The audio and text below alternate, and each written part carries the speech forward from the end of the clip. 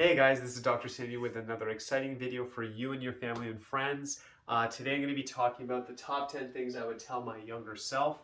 I am 49. Next year I am turning 50. I have learned a lot in this journey and I'm following a lot of this stuff. I could still be perfect, but I'm imagining in this video that at this age I'd bump into a younger version of myself in my early 20s and I'd be like, hey, here's my advice to you, your top 10 tips so my life could be as good as possible. And as I make this video, obviously what I'm sharing is tips for you, things I've learned, but I'm imagining that I'm bumping into my younger self and giving advice. So let's jump into it. So number one, I would tell myself, make time to have a spiritual practice, pray, meditate. I would say that's fundamental, and I'm very proud to say that every morning I'm at this point I like to read something spiritual, something inspiring, but I like to start my day with that. I think we get bombarded with a lot of stuff around us, and if we can start our day with something inspiring, spiritual, something that gets us on the right path, sets us the tone for the day, in my opinion, that's critical. So I would definitely tell the younger Sandy that, this is something you should make time for.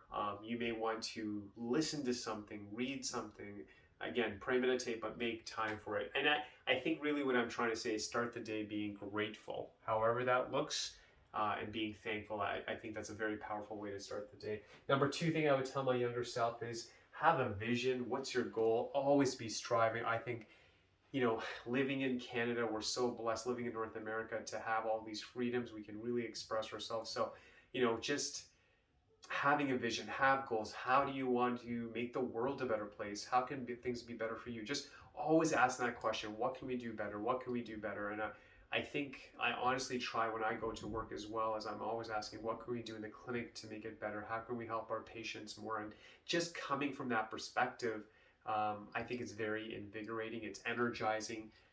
So that's something I would definitely tell my younger self. Also, kind of reflecting and, when you go through life, I think sometimes we need to take a minute to step back and say, okay, this is going great. This isn't going so great, but making time to think and reflect. I would tell my younger self as well, try to move at least 6 days a week, try to exercise as much as you can. I'm so thankful as a chiropractor, my job, I'm always standing, I'm moving, helping patients and things like that. So it's a very physically demanding job, but I like that.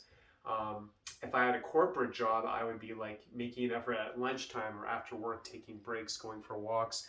But just keep moving. And the more you move, the more you're going to move. What that basically means is that if you are constantly in motion, even as you get older, you're going to have more power, more vitality. So just making an effort to move is very, very important.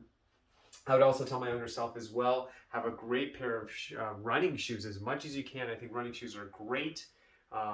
If you're in a corporate setting or you maybe need work shoes or something like that, I understand. But as soon as you get in the car, as soon as you're at home, wear running shoes as much as you can. That's some advice I'd give myself. I would tell my younger self, drink water. It's good for the brain. All the major organs are obviously working better with water. We need water to survive, so I would tell myself. And by the way, as I'm sharing this with you, there's still stuff I'm working on. There's still some days I know I don't drink enough water, but I would tell myself, drink water. And then nutrition-wise, what works for me personally, small portions, high frequency. So I know for myself, honestly, about every 2 hours, I do need to eat something, and I find that works for me. I feel better, I feel calmer, I feel energized. So I tell myself, greens, fruits, high quality protein, water, look at your nutrition. It's critical, and don't go for perfection. Of course, you're going to have, sweets or things like that, but 80% of the time, try to eat the best you can.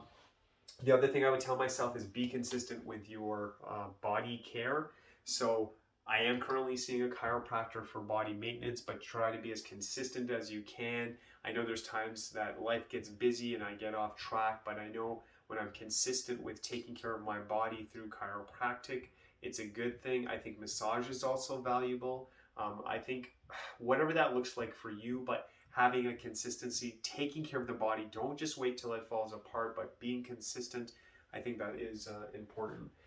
Do what you love. That's kind of like the vision thing, but I think it's important to have a career, a business where you enjoy it.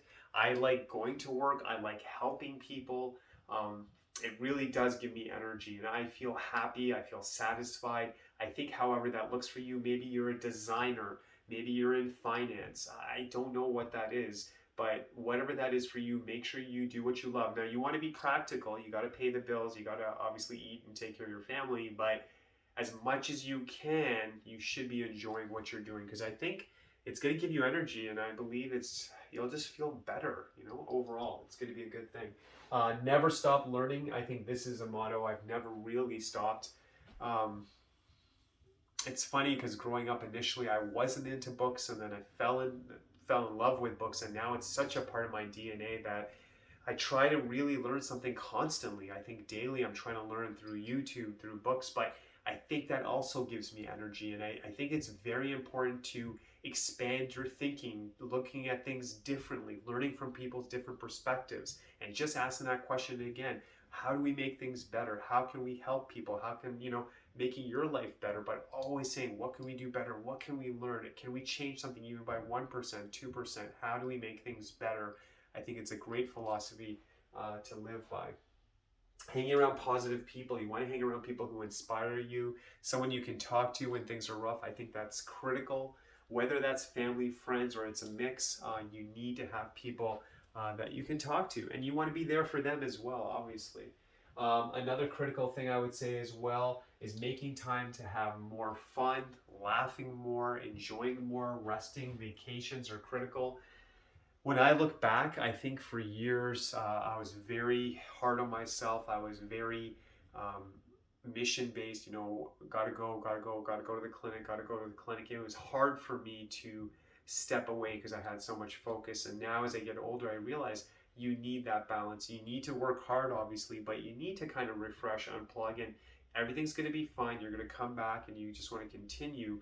But that's critical. We need those systems. We need those rhythms. And if I look back, that's probably one area that I could have been better in, taking more breaks and just enjoying life, Another thing I would also say is, do you have rituals to kind of decompress? Like for me, again, the reading, the learning, that really calms me down. When I get overwhelmed, when I get stressed, I actually want to read something. I want to learn something, and I love music. So I will tell you, washing dishes is not the most fun, but it's something I do a lot of. And I find just by listening to something, I'll actually listen to sometimes a motivational speaker while I'm doing the dishes. So I'm still learning while I'm doing the dishes, or my favorite music while I'm washing it. So I'll try to find a way to make it fun. But learning and music are my personal ways of decompressing, just helping me get balanced again if I'm feeling off course. So you have to know that as well. But that's advice I'd give to my younger self. And then a big one, which I still work with, and I think it could be better, is sleep. So I think for a while I had my own identity that said, oh, like I'm a night owl. I just like to stay up late, and I'm trying to get away from that. And I'm better, still could be better. And sometimes I do stay up a bit later than I should. But I think getting rest is critical. So this is kind of the top advice. I'm still learning. Like I said, I could exercise more. The water could be better. There's some nights I'm going to bed too late, but I'm trying. And overall, I feel like I'm going in a positive direction, but that's the advice I would be giving the younger Sandy. So having said that, this is also when I'm going to be announcing our winner. So I'm giving away the Google Nest just to say thank you to everyone out there who's watching our videos. We're getting a lot more views than before, and I'm very grateful.